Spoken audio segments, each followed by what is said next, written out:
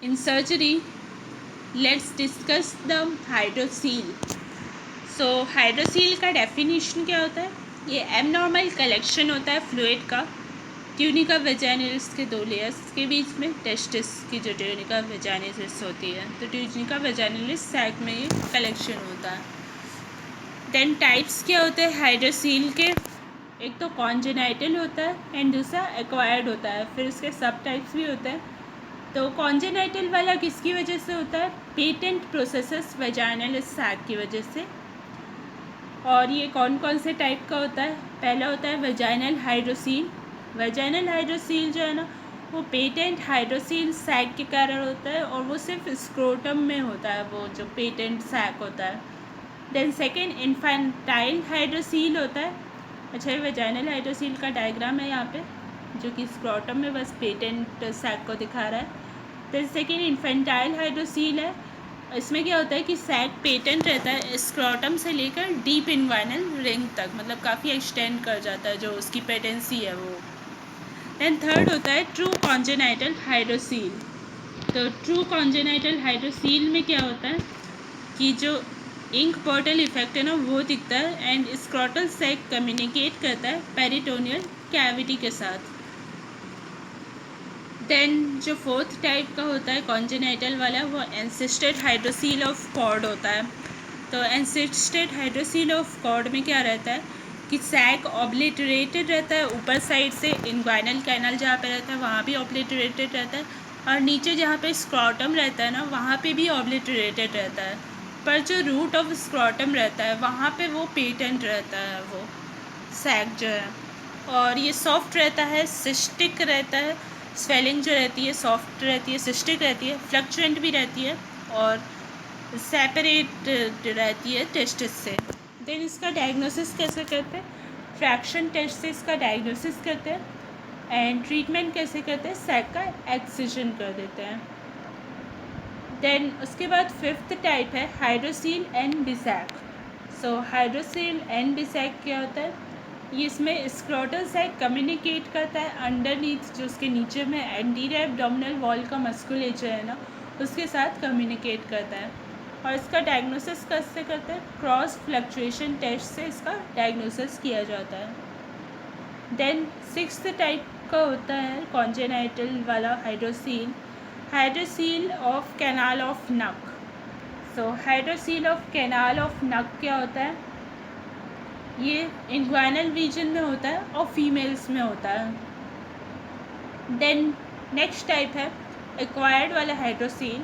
सो acquired hydrocele में दो types आते हैं, primary vaginal hydrocele and secondary hydrocele.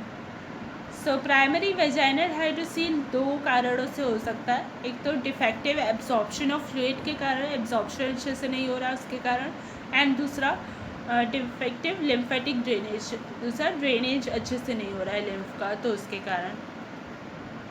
Then secondary hydrocele जो है ना वो और उसके सब टाइप्स होते हैं। तो फर्स्ट रिकरेंट एपिडिडाइमो ऑर्काइटिस होता है। ये किस लिए होता है? लिम्फ ऑब्स्ट्रक्शन के कारण ये होता है, यानी कि काइलोसील जिसको बोलते हैं। एंड सेकेंड ट्यूबरकुलस एपिडिडाइमो ऑर्काइटिस होता है इन्फेक्शन के कारण।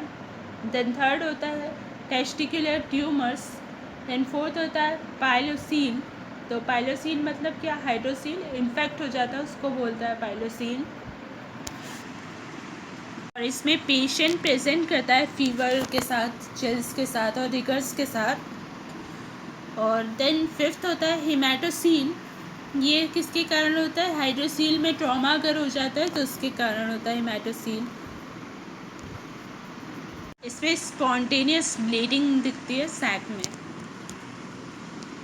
देन ये हमने टाइप्स डिस्कस कर लिया। फिर क्लिनिकल फीचर्स क्या होता है हाइड्रोसील के? एक तो स्वेलिंग जो होती है वो स्क्रोटम में ही कन्फाइंड रहती है, दूसरी वो सॉफ्ट होती है स्वेलिंग, तीसरा वो सिस्टिक स्वेलिंग होती है, फोर्थ वो फ्लक्चुएंट होती है, फ्लक्चुएशन उसमें पॉजिटिव आता है। देन फिफ्थ ट्रांस इल्यूमिनेशन होता है, वो पॉजिटिव आता है स्वेलिंग का। देन सेकेंड रिड्यूसिबल नहीं होती है वो स्वेलिंग। देन थर्ड कोई इम्पल्स नहीं आता है कफ करने पे। देन फोर्थ स्वेलिंग के ऊपर जो जाना पॉसिबल होता है, getting over the swelling is possible. Now transillumination negative किस किस केस में आ सकता है? एक तो सैक अगर बहुत थिक है तो उस केस में नेगेटिव आएगा। सेकेंड, सैक अगर कैल्सीफाई हो गया तो उसमें भी नेगेटिव आएगा। थर्ड, काइलोसील का अगर केस है तो उसमें नेगेटिव आएगा। देन फोर्थ, हिमेटोसील अगर है तो उसमें भी ट्रांसफॉर्मेशन नेगेटिव आता है। देन फिफ्थ, पायोसील में नेगेटिव आता है। एंड सिक्स्थ, मैलिग्नेंसी टेस्टिस, जिसमें ब्लड स्टेन्ड इफ्यूजन रहता है, उसमें भी वो negative. Then primary hydrocele and secondary hydrocele में क्या डिफरेंस होता है? एक तो इटियोलॉजी में डिफरेंस होता है। तो प्राइमरी हाइड्रोसील में जो फ्लूइड का एब्जॉर्प्शन है वो डिफेक्टिव रहता है, जबकि सेकेंडरी हाइड्रोसील में फ्लूइड का जो प्रोडक्शन है वो बहुत ज़्यादा होता है। देन सेकेंड डिफरेंस क्या है? एग्जाम्पल होता है प्राइमरी हाइड्रोसील का वेजाइनल हाइड्रोसील और infantile hydrocele. Then secondary hydrocele का एग्जाम्पल होता है filarial hydrocele and secondary to malignancy testis जो होता है वो वाला हाइड्रोसील। देन थर्ड, इसके साइज़ में डिफरेंस होता है। तो primary hydrocele generally moderate size का, बिग साइज़ का होता है, जबकि सेकेंडरी हाइड्रोसील जो होता है वो स्मॉल साइज़ का होता है। देन फोर्थ डिफरेंस होता है टेस्टिस के पाल्पेशन में। तो प्राइमरी हाइड्रोसील में जो टेस्टिस का पाल्पेशन है वो डिफ़िकल्ट होता है, जबकि सेकेंडरी हाइड्रोसील में टेस्टिस ईजिली पाल्पेट हो जाता है। देन फिफ्थ डिफरेंस है ट्रांस इल्यूमिनेशन में। तो प्राइमरी हाइड्रोसील में ट्रांस इल्यूमिनेशन जो है पॉजिटिव आता है ज़्यादातर केसेस में, जबकि सेकेंडरी हाइड्रोसील में नेगेटिव आता है transillumination. Then sixth difference है कंसिस्टेंसी का। तो प्राइमरी हाइड्रोसील जो है वो टेंसली सिस्टिक होता है, मतलब एकदम टेंस रहता है साथ में। देन सेकेंडरी हाइड्रोसील लैक्स रहता है और सिस्टिक होता है। देन सेवन्थ डिफरेंस है ट्रीटमेंट में। तो प्राइमरी हाइड्रोसील जो है उसका ट्रीटमेंट जो होता है उसमें पार्शियल एक्सिजन और इवर्शन किया जाता है, जबकि सेकेंडरी हाइड्रोसील का ट्रीटमेंट क्या है? प्राइमरी हाइड्रोसील का ही ट्रीटमेंट उसका ट्रीटमेंट होता है। देन ट्रीटमेंट में क्या क्या किया जा सकता है? एक तो लॉर्ड्स प्रिकेशन होता है, दूसरा partial excision and eversion of sac and तीसरा एस्पिरेशन। सो लॉर्ड्स प्रिकेशन क्या होता है? इसमें ट्यूनिका एल्बुगिनिया को प्लिकेट किया जाता है उससे, और स्मॉल हाइड्रोसील्स के लिए प्रोसीजर प्रिफर किया जाता है। देन सेकेंड है पार्शियल एक्सिजन और सैक का इवर्शन। तो इसमें लार्ज हाइड्रोसील के लिए किया जाता है, और थिक एंड लार्ज सैक को इसमें एक्सरसाइज किया जाता है, सूचर किया जाता है टेस्टिस के पीछे। इसको जैबलीज ऑपरेशन भी बोलते हैं। देन थर्ड प्रोसीजर है एस्पिरेशन। ये प्रेफर नहीं किया जाता है, सिर्फ हाई रिस्क पेशेंट्स में ये किया जाता है क्योंकि इसमें रिकरेंस के चांसेस ज़्यादा होते हैं।